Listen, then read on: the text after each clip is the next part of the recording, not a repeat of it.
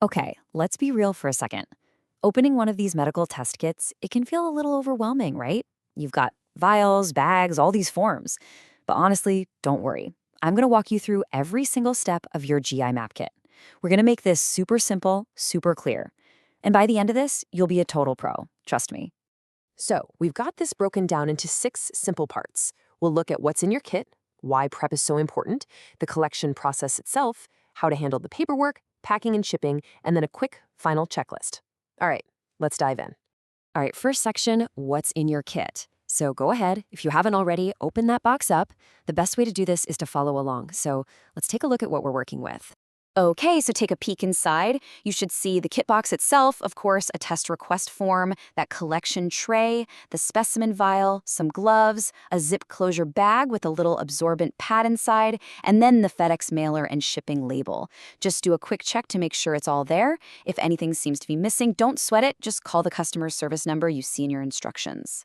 Now, out of all that stuff, let's zero in on the 2 most important pieces of the puzzle. You've got the specimen vial, that's the one with the orange cap where your sample is going to end up. And then you have this paper collection tray, which, trust me, makes the whole process way, way cleaner. Okay, listen up, because this is probably the single most important safety warning in the whole kit. Inside that vial, there's a pinkish liquid. That's a preservative. It's absolutely crucial that you do not pour it out. And you really want to avoid getting it on your skin or in your eyes. If you do happen to get some on you, no panic, just flush the area really well with water. Okay, section 2. Preparation is key. And honestly, spending just a couple of minutes on these prep steps will make the actual collection a total breeze and make sure you get a perfect sample for the lab. So, there are 3 really important things to do before you even think about collecting the sample. First, just give the paper instructions in the box a quick once-over. Second, and this is super, super important, do not stop taking any of your prescription meds unless your doctor specifically told you to. Okay? And third, and this is the one everybody forgets, so let's do it right now, go fill out the label on that vial. Yup, I mean it. Pause if you have to, grab a pen, and clearly write your full name, your date of birth, and the date you're doing the collection right there on the vial's label. Seriously, doing this now is the best way to make sure there are 0 mix-ups when it gets to the lab. Okay, here we go. It's time for the main event, the collection process.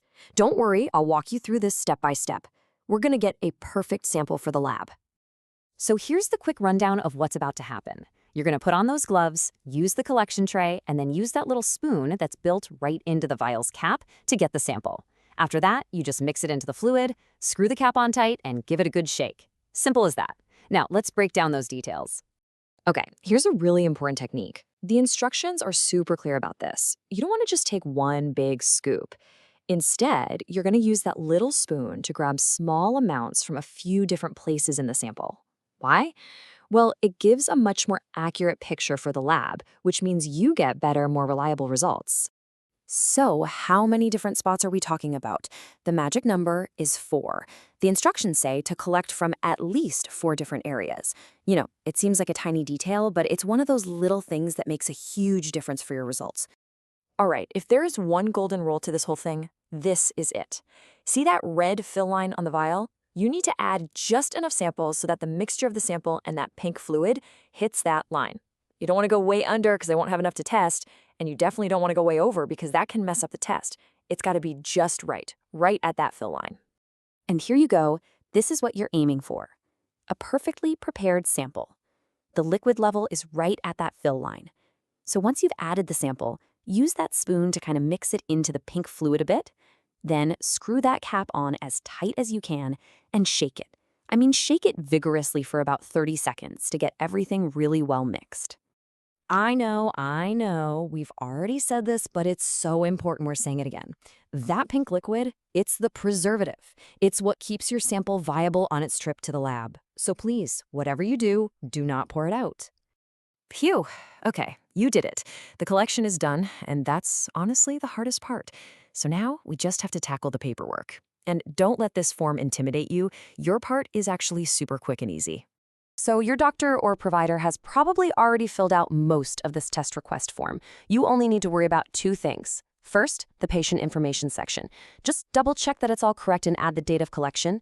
And second, fill out the billing and payment info. That's literally it. The rest is for them. All right, we are in the home stretch now, packing and shipping.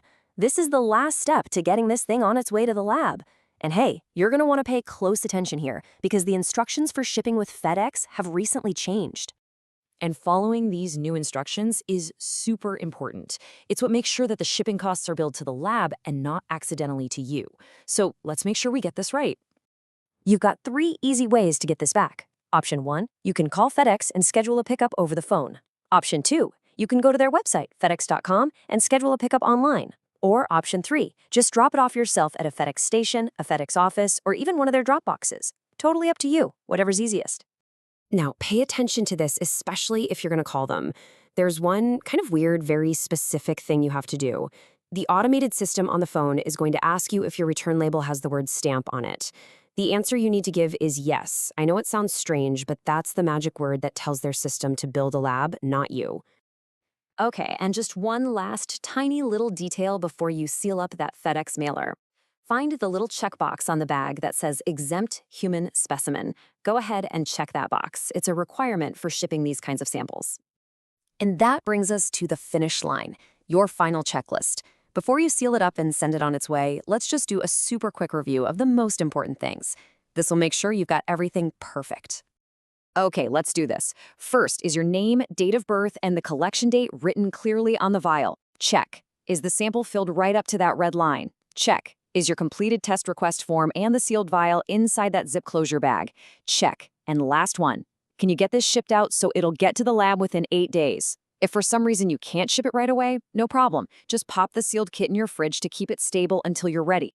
And that's it. You did it.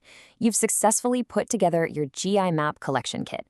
And because you followed all these steps so carefully, you can be confident that you're sending the lab a top quality sample. And that's the key to getting results you can really trust. So now the fun part begins, finding out what you're about to discover.